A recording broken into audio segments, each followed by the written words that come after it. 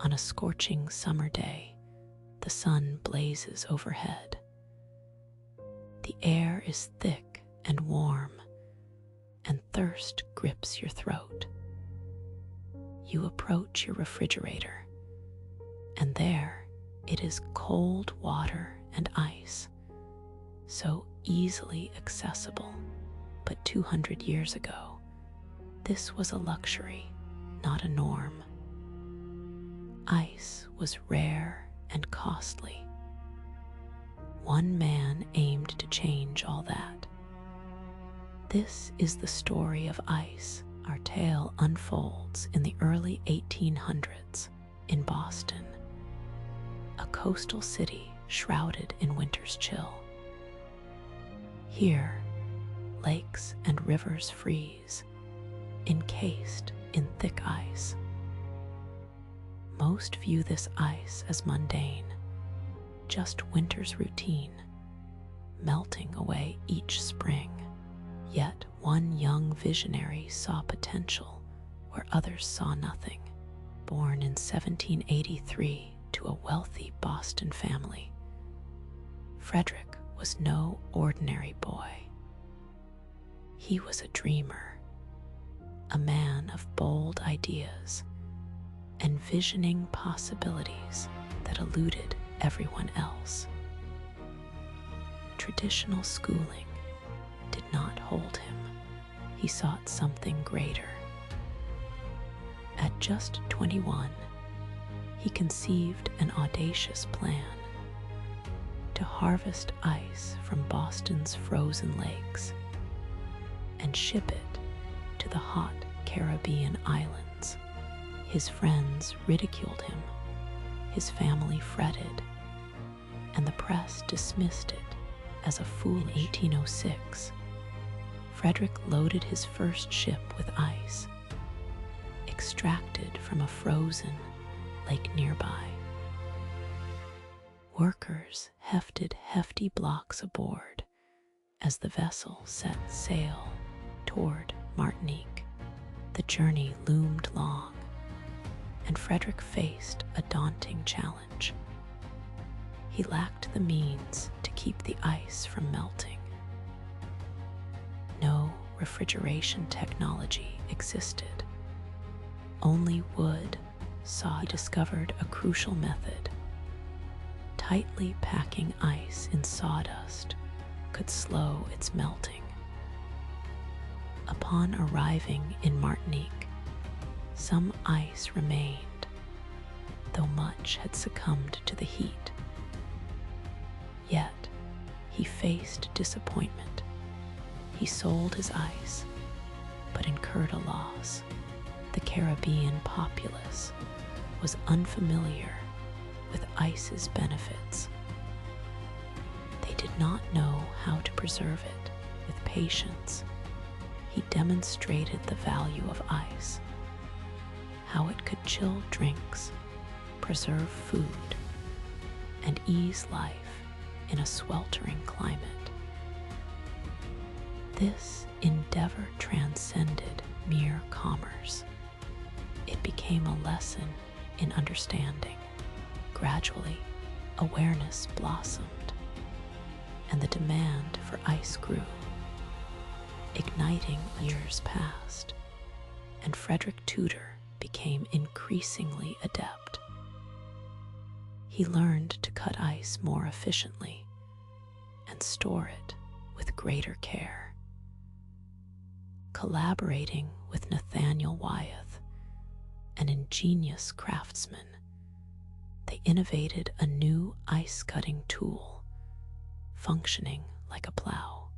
This enhanced method allowed workers to produce thousands. The ice was housed in massive wooden structures known as ice houses, strategically positioned near the lakes. Inside, ice blocks were tightly packed with sawdust, preserving the cold. This simple yet effective technique enabled long-term storage.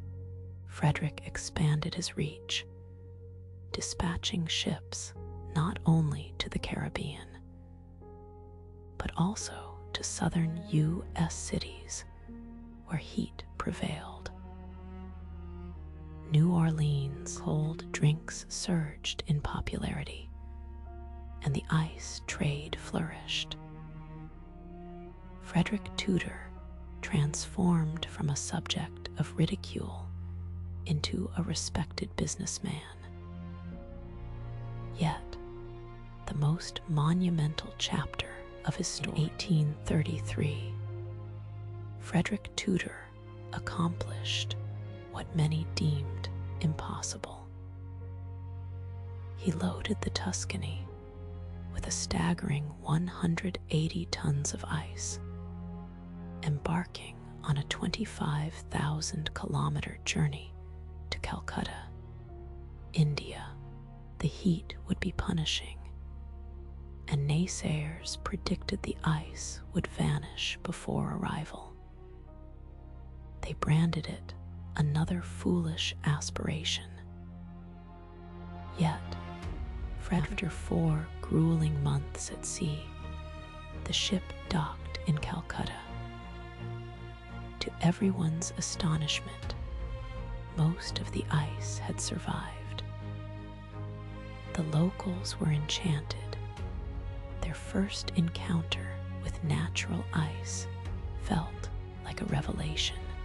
British expatriates in India had longed for refreshing beverages in the sweltering climate, and now the ice sold quickly, marking a significant triumph. Word spread across India, England, and beyond. The ice trade had gone global, signaling a pivotal shift. Following Calcutta, interest in the ice business soared. Ships from Boston now carried ice to South America, Australia, China, and Hong Kong. Frederick's audacious dream had burgeoned in the ice trade, altered everyday life. Before its advent, preserving food was arduous. Fresh meat and fish spoiled rapidly in warm weather, leading to illness. But now, ice changed everything. Shops and restaurants utilized ice boxes, the predecessors of refrigerators, to keep perishables fresh. Farmers maintained the quality of their milk and butter. Fishermen transported their catch to distant cities, and hospitals discovered that ice Frederick Tudor, once dismissed, amassed great wealth, earning the title the Ice King of Boston. From a solitary idea, he birthed an industry interwoven into the fabric of daily existence. Yet this narrative extends beyond Frederick, for the ice trade continued to evolve, reshaping the world. As the 19th century waned, a groundbreaking invention emerged: machines capable of producing artificial ice. No longer reliant on frozen lakes or seasonal workers, ice could be manufactured anywhere, at any time. Initially, natural ice companies were unconcerned. Their ice was cheaper and well established.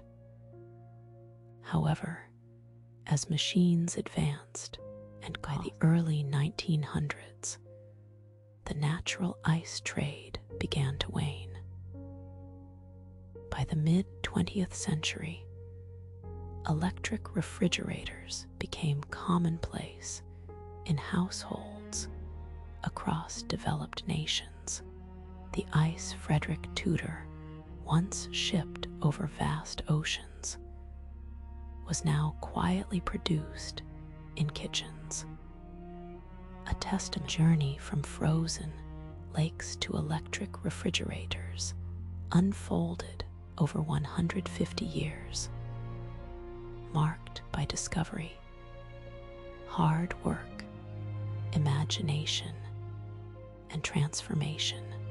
It began with one man who perceived potential in a frozen lake, envisioning what his tale imparts a vital lesson. Bold ideas often appear foolish at first. It underscores that failure is an essential part of the journey. Frederick Tudor faced setbacks, yet he persisted, learned, and ultimately every English learner embarking on their journey. Know that some days will be challenging, while others flow easily. Each story you encounter is a stepping stone forward. Every word understood is a fragment of ice you carry along your path. Thank you for joining the adventure today. Keep learning